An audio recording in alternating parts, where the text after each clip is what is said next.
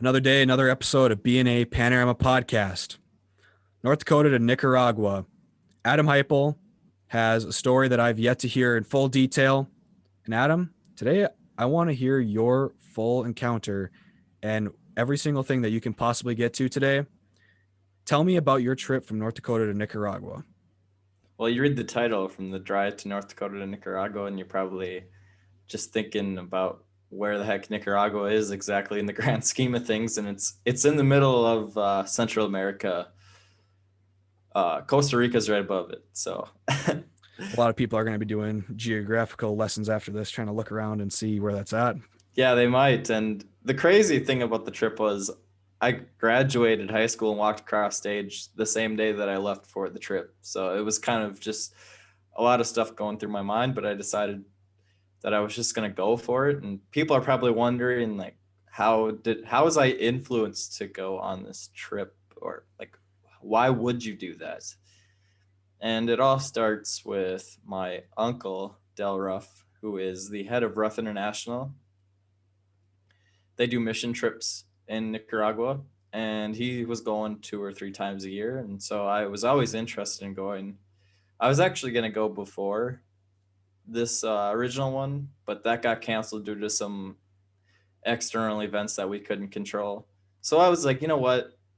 I'm just going to drive down there with my uncle Del, and there was one other person too.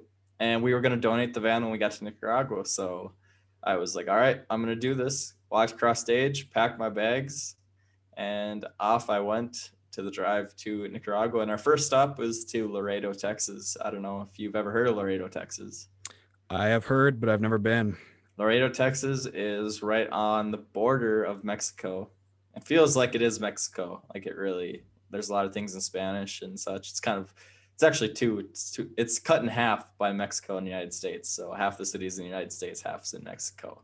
Wow. I suppose when you get that far down south, I mean, the language barrier kind of starts to Yeah, starts which to was pretty dissolve, cool. which is really cool. And yeah, the thing I found is when you get assimilated into the language, you just start to learn. So that was pretty cool. And so we stayed in Laredo for the night, and it was really interesting. We went to Church's Chicken. I don't know if What you've ever heard of that. what is what is It's that? like a fast food, uh, almost like a KFC, but like a southern thing more so. And so I was like, all right, well, I don't know. It seems kind of Do you think it's didn't better even than know it was really. KFC?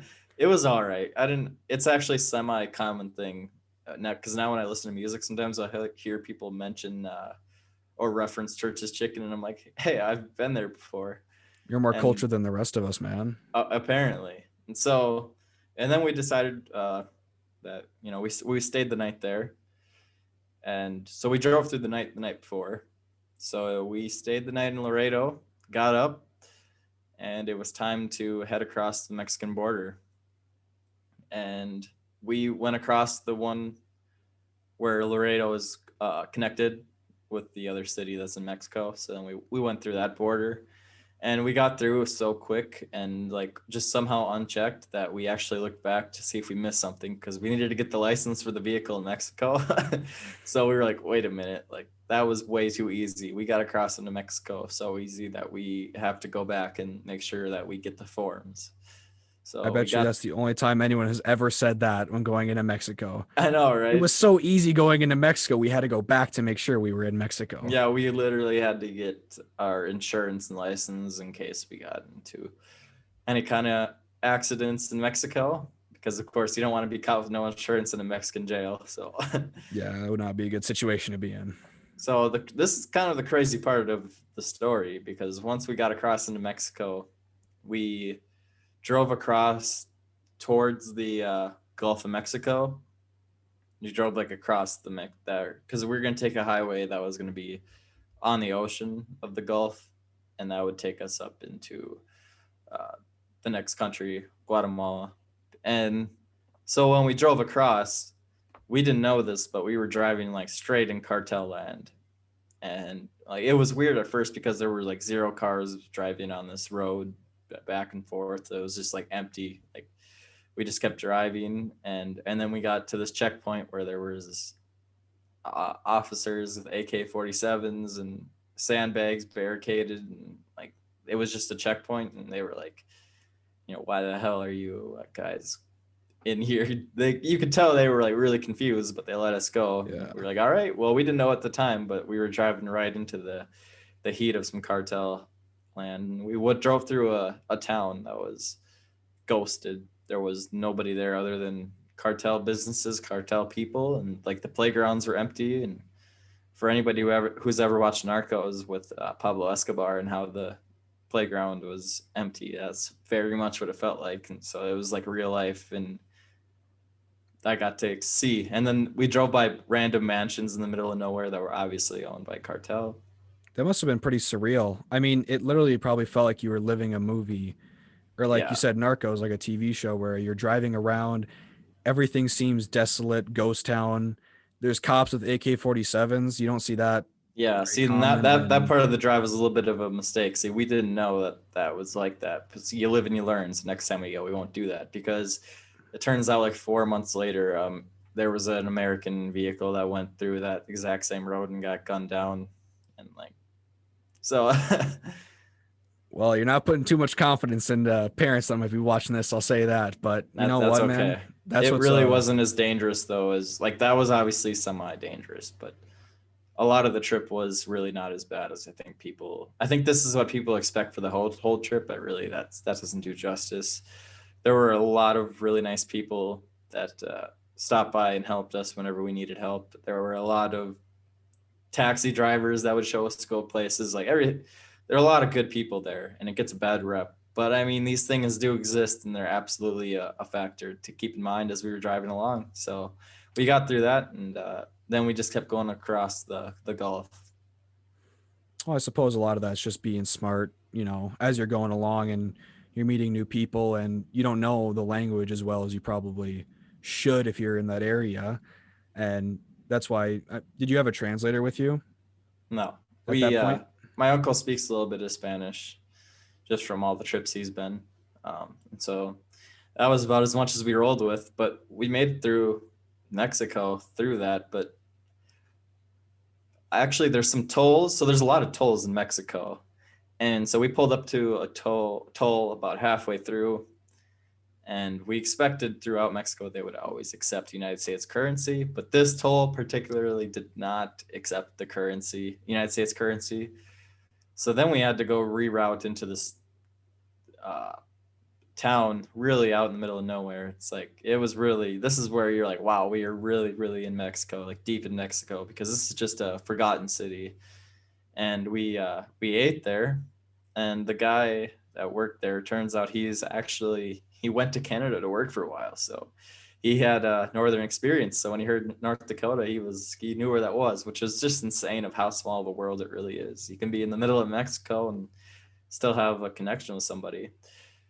Wow. So yeah, we that's when we left that town. Funny story, we were going in a one-way street the wrong way, and the other way was police officers with like 50 cows like above them. Uh, they were waiting. They were driving down as we were driving up, and the guy from the business ran on and goes, whoa, whoa, whoa. Like he told them, like, just like, we didn't know what we were doing, like just like strangers out here just trying to find their way out. And so they let us go, and that was pretty funny. It's a great And example of the passion or like the respect and kindness of people that you meet, like the true honest people of where you're visiting in Mexico. And just that's like an awesome story to show that. yeah, like actually our first toll that we went through where they didn't accept American currency, some construction workers on the side literally gave us enough money to get across. And like that was just wild, because they don't make that much, and they're just like, they don't care, like your visitors, they'll help you out and stuff. And it wasn't anything crazy, it was like 50 cents or whatever, but it just shows how helpful those people are. I think we actually did give him like a $5 bill as well, and just I know you can't. You'll probably he can cash in somewhere else for whatever it was worth. Mhm. So that it's just cool that people were willing to do that, and he didn't know we were gonna even give him like $5 or whatever. And so then we went across, and we were in Veracruz. We stayed there. I don't know if you've ever heard of Veracruz before, but that was crazy. How Well, I'm here about it, man.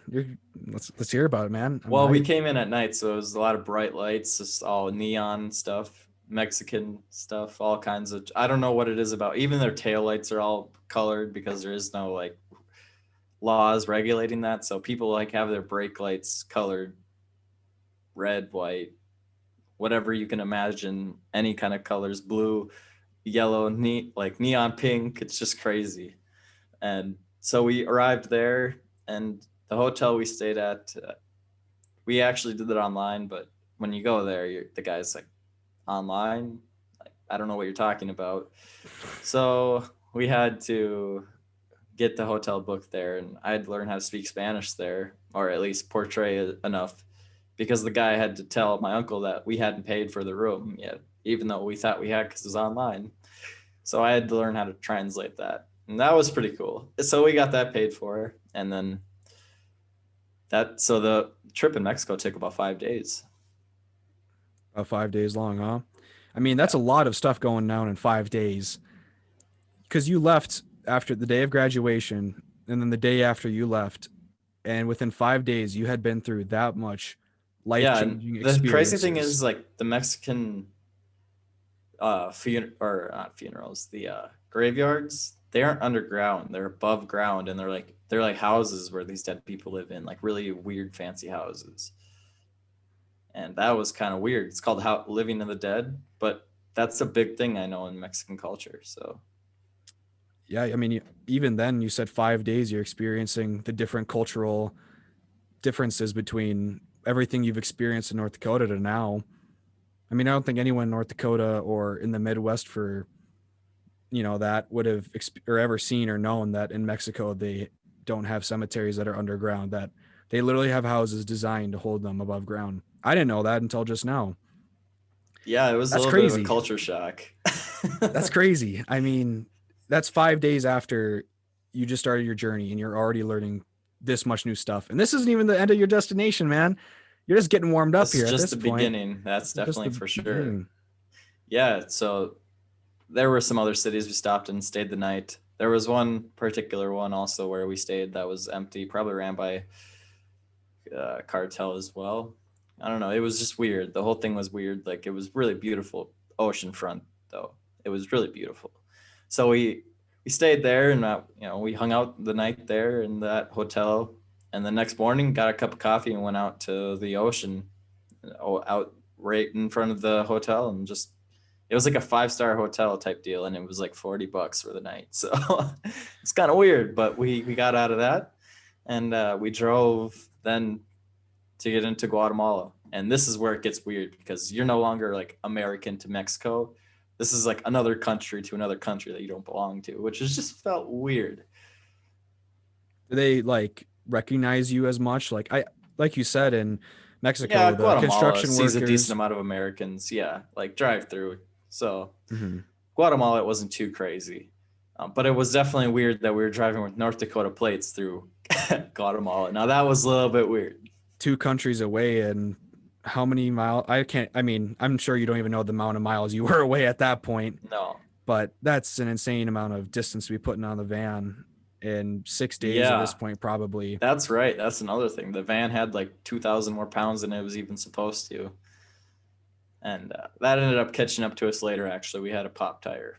But we'll get to that in a little bit here. As we enter Guatemala, this they got us through and everything went well. They actually spray your car with this like bug stuff to kill the bugs that may have came from Mexico, which is interesting.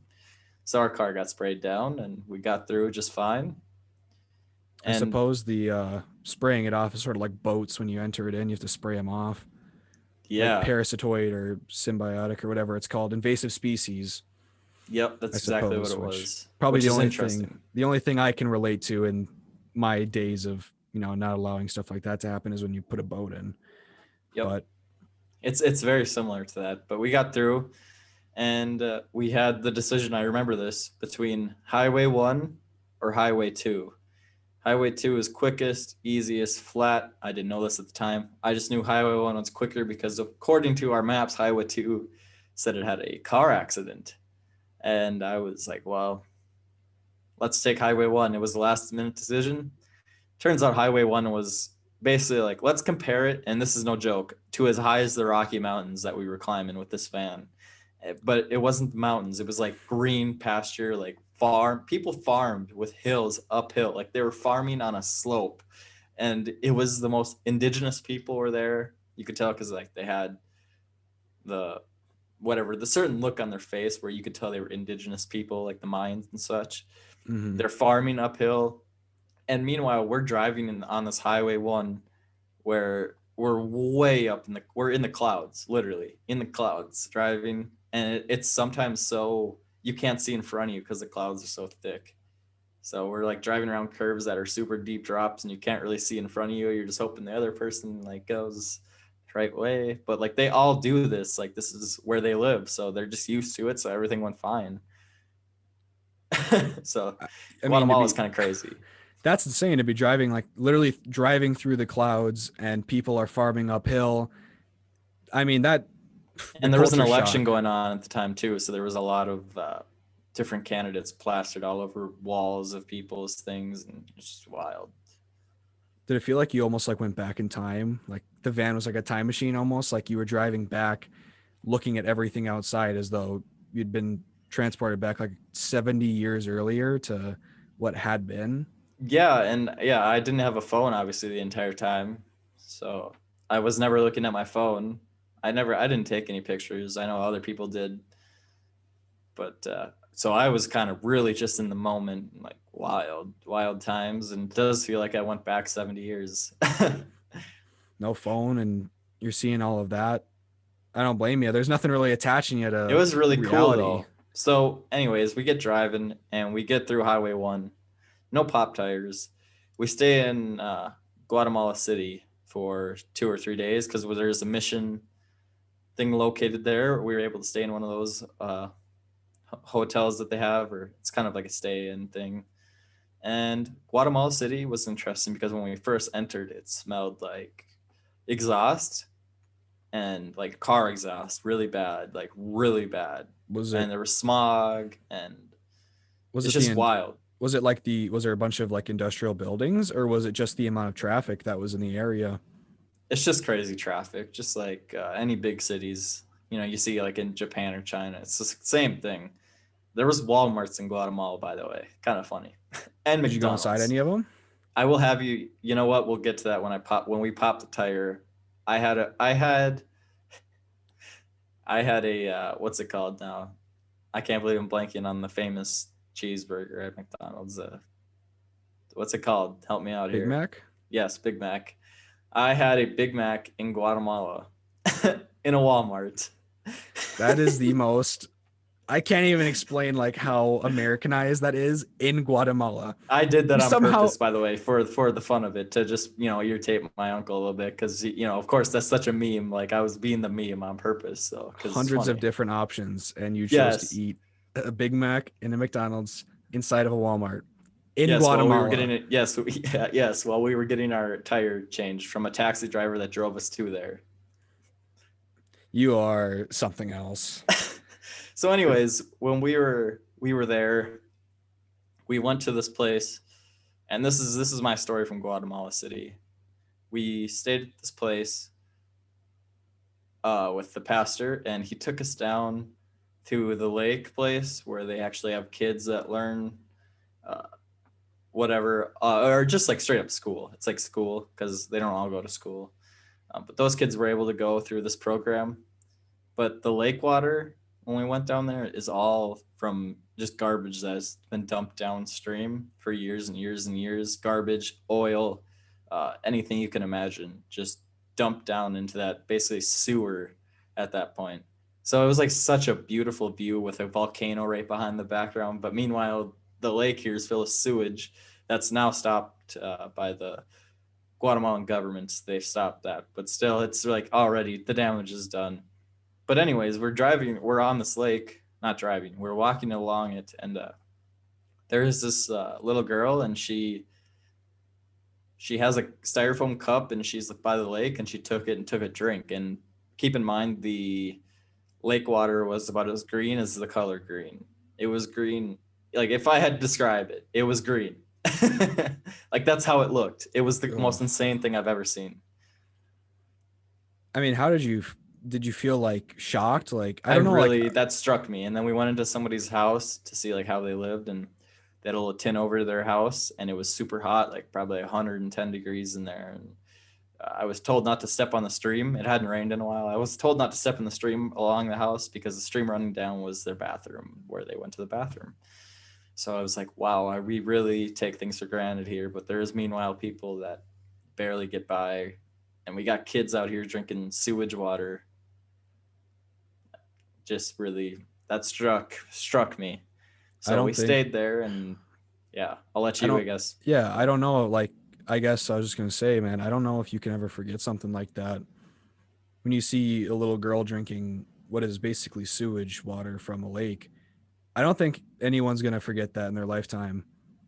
And just from what you've told me so far and how you've acted ever since you went on the trip, man, I can tell that you don't take things for granted as much anymore because of that Well, no, experience. yeah, and it's like the thing that people confuse about is when you go on a trip like this doesn't mean you also can enjoy things still and whatever, but it's like understand to at least understand that there are people out here struggling. Like obviously, I took beyond this the understanding. I want to take action and help.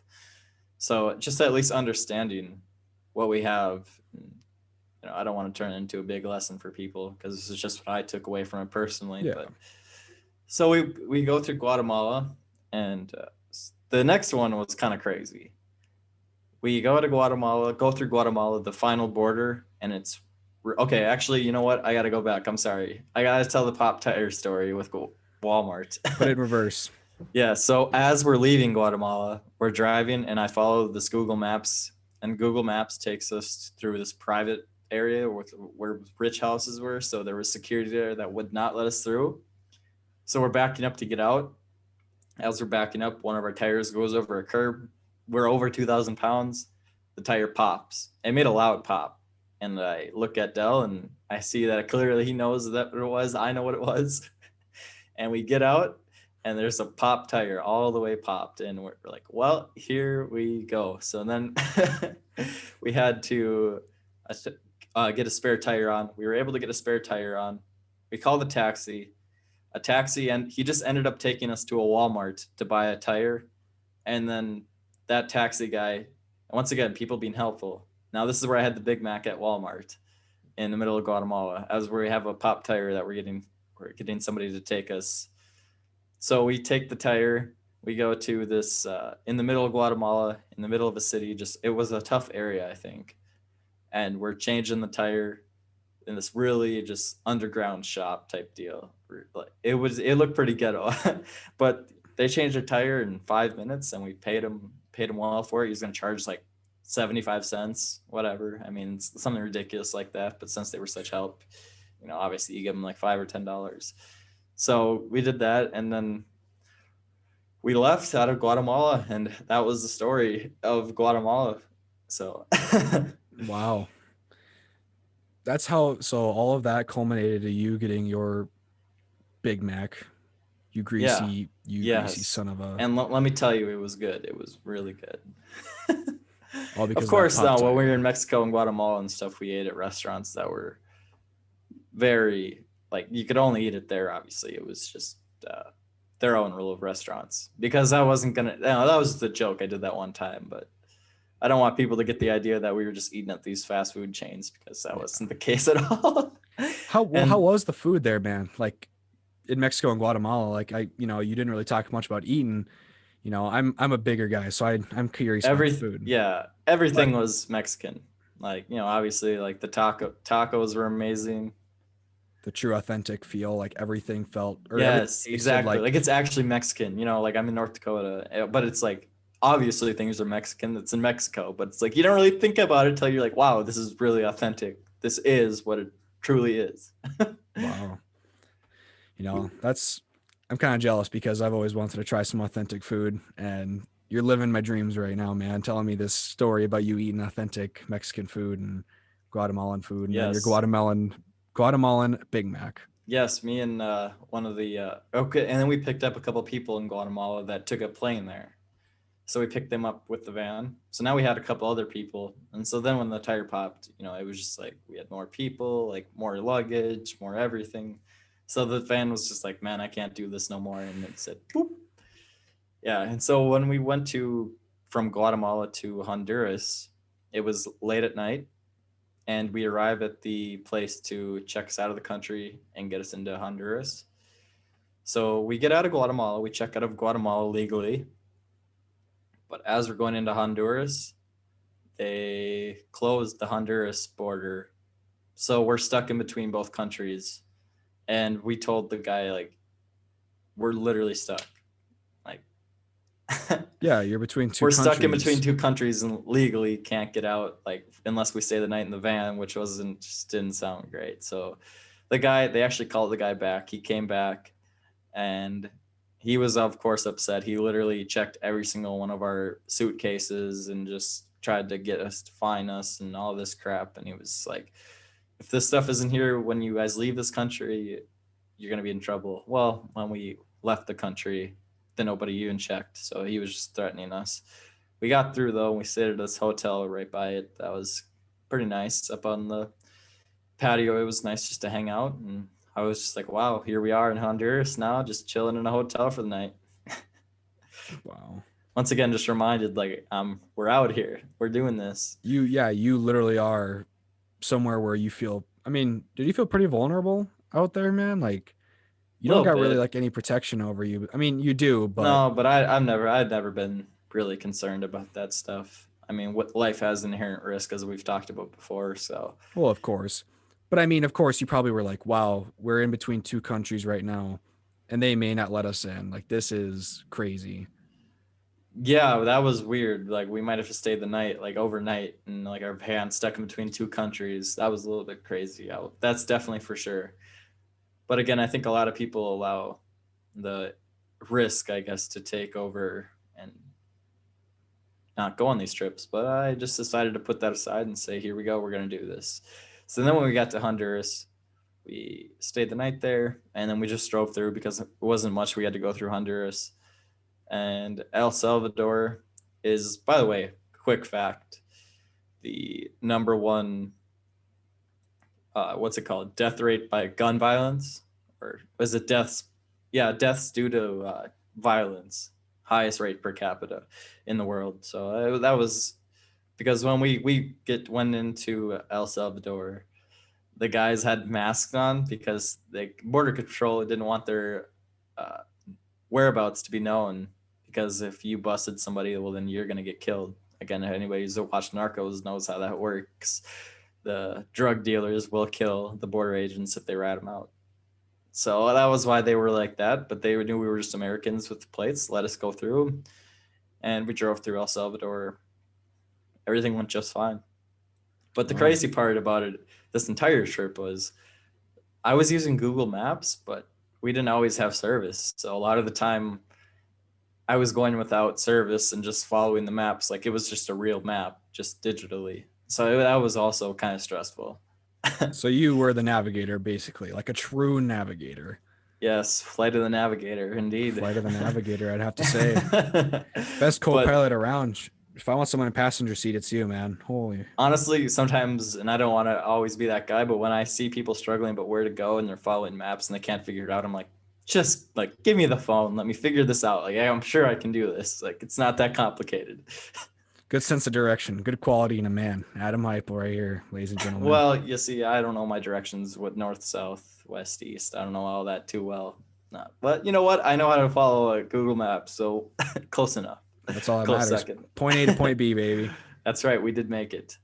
And when we were in Guatemala, we had some cash and stuff, obviously. So I also got to keep some of the exchange. So Oh, it's just kind of cool to have all that stuff. And once we got to El Salvador, this is kind of where this trip starts wrapping up here a little bit. We got to the border of Nicaragua and it was dark outside. And I remember my uncle saying, all countries have their own things, but when you get to Nicaragua, it's just different. And he was right because we go there at 12 midnight or whatever. It wasn't that late, actually. It gets dark there quick. It was probably like 9 at night. We're getting there to go over the border.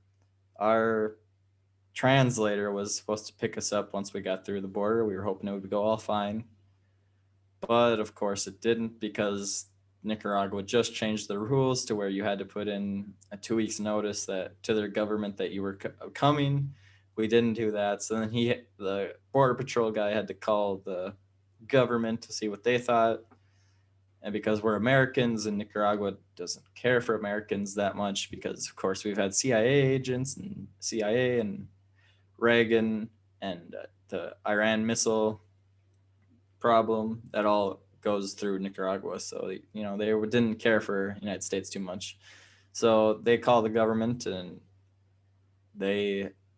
our translator, this is the crazy part of the story. Our translator came midway through and bailed us out. He actually knew to come into the crossing, border patrol, and he was like, hey, he bailed us out and got us through. His name's Jose Manuel, and when we go on our trip this summer, we'll get him on the podcast for sure, because he's a character and a half. Meet the And man so who bailed you out, man. That yeah, guy's a legend. and I'm not gonna say on. I'm not gonna speak too much on about what happened and how we got across, because I'm just gonna, that I don't want that on the record. But moral of the story, we got through, and nothing really bad or crazy happened, by the way. I just don't want to say exactly what happened, but the government let us through, and we got through, and it was pretty awesome. And it's now it's 10 o'clock, and it's I believe it was a Friday. So Jose took us to a restaurant. That was pretty cool. And the music was loud or whatever. And we were just wow, I'm in Saltillo, Nicaragua right now.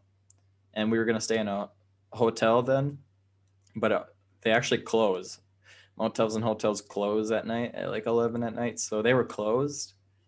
So we had to drive around and look for one guy that would take us in. There was one motel that took us in, and I don't know if I've ever sent you the photos of the hotel, but it was not the greatest thing I've ever seen.